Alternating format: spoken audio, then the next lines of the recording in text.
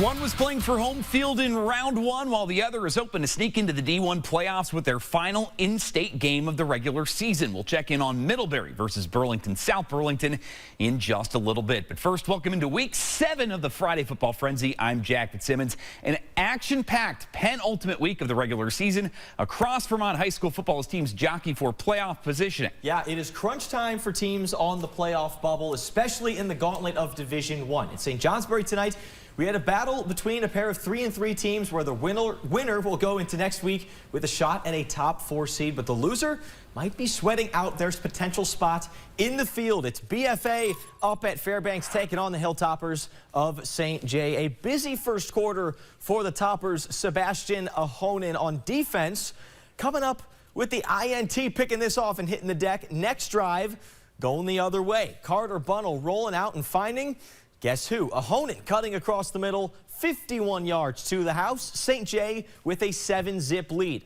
Later on in the first, Toppers moving again, but this time Deegan Rathburn, great position to make the pick. Drive stalls, still 7-0 St. J after one. Second quarter, Bunnell and Ahonen making it happen again. A little spin move from 25 after the catch as he gets brought down just shy of the goal line. 34-yard gain sets up Bunnell with the 1-yard QB keeper. Stretches across the line. 13-0 St. J.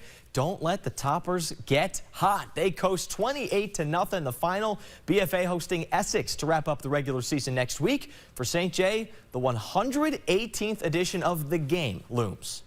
Over in Essex, the Hornets looking to get back on track against a Burton team chasing a top 2 seed. Opening drive for the Bulldogs.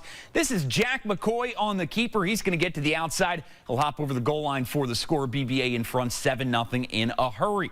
3 minutes later, Dogs keep on barking. It's McCoy again. This time, though, he's going to heave one downfield for J.T. Wright. He hauls it in. He will dive across the goal line. Burton doubles its lead to 14-zip. We go early in the second quarter. McCoy again. This time, he's going to go to his left. He will scoot on into the end zone to put this one out of reach. The Bulldogs dominate to the tune of a 40-10 win. BBA will go under the lights at Applejack next week as they welcome in Brattleboro. Essex, meanwhile, will wrap the regular season at BFA. At SB tonight, the Seawolves trying to make one last case for a playoff spot. Mid trying to hold on to a first-round home game.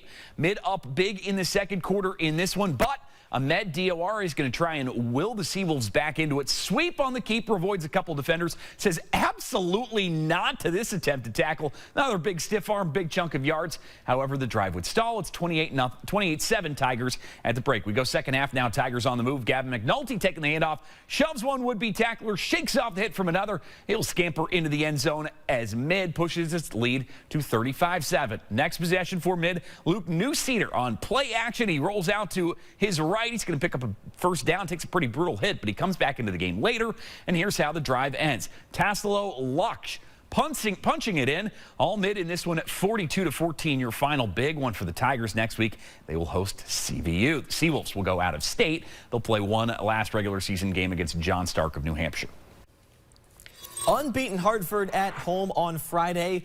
Winless Mount Anthony making the trip to White River. We pick it up on 4th and long. The Canes have made a living on fake punts this year. They're going to do it again. Braden Trombley, the perfect toss to Ezra Mock for a big chunk and the first down. A couple plays later, Trombley taking it on the draw. Looks like he might be swallowed up. Throws it in the spin cycle, staying upright, 30 yards on the score as the Canes go in front 7-0.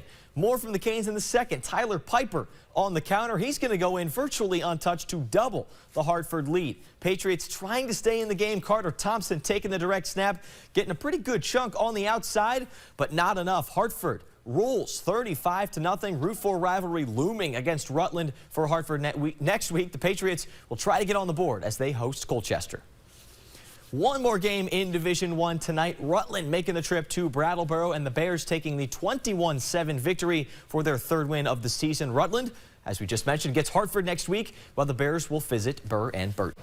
In D2, a mad scramble for those last few playoff spots. Milton hosting Spalding this evening. Jackets with the lead at the break, but the Tide moving the ball here. It's Gabe Hoer. He will bust through the line. He's going to pick up a big chunk of yards. However, Matt Zeno comes in to make a play. Ball pops out. Addison Tenney falls on it. We're going the other direction. Now, that Milton drive would stall, but they hold the Tide to a punt. Caden Gira He will be back to receive that punt, lets it bounce a couple of times, picks it up his own 34. Little hesitation, move to avoid one tackler, finds a seam, and he is off to the races. G-Raw going to take it 66 yards to pay dirt. Milton looking good, up 30-14 later in the quarter. Milton driving again. Brian Scharf doesn't get much on it, but Sam Plouffe doesn't care. Steal a base, steal a taco, slide and grab to make it a 3-score lead. Then before the end of the third quarter, play action. Scharf gets plenty on this one. The bomb to G-Raw, wide open. Milton rolling 50-20. Spalding will host Rice next week, while Milton welcomes in Mount Abe.